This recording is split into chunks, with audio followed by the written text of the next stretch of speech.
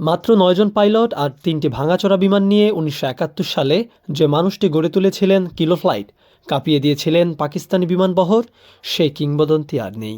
বাংলাদেশের আকাশ জয়ের স্বপ্নের কারিগর এয়ার ভাইস মার্শাল অবসরপ্রাপ্ত একে খন্দকার গতকাল ২০ ডিসেম্বর না ফেরার দেশে পাড়ি জমিয়েছেন। মুক্তিযুদ্ধের উত্তাল সময়ে ভারতের ডিমাপুরের জঙ্গলে যখন জন্ম নিচ্ছিল বাংলাদেশ বিমান বাহিনী, তার নেপথ্য নায়ক ছিলেন তিনি।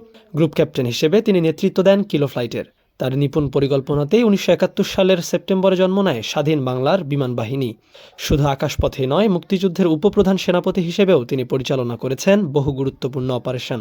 ১৬ ডিসেম্বরের সে ঐতিহাসিক মুহূর্ত, রেসকোর্স ময়দানে পাকিস্তানি বাহিনীর আত্মসমর্পণের দলিলে যখন স্বাক্ষর হচ্ছিল, তখন জেনারেল অরোরার পাশেই ধীরস্থিরভাবে দাঁড়িয়েছিলেন একে খন্দকার। তিনি ছিলেন বাংলাদেশের বিজয়ের অন্যতম প্রত্যক্ষ সাক্ষী। স্বাধীনতার পর তিনি হয়েছেন বিমান বাহিনীর প্রথম প্রধান। রাজনীতিতেও রেখেছেন ছাপ। বিভিন্ন সময় তিনি মন্ত্রী এবং রাষ্ট্রদূত হিসেবে দায়িত্ব পালন করেছেন। সততা আর মেধার স্বাক্ষর রেখেছেন পরিকল্পনা মন্ত্রী হিসেবেও। ৯৫ বছর বয়সে এসে থামল এই কর্মবীর মানুষটির পথচলা।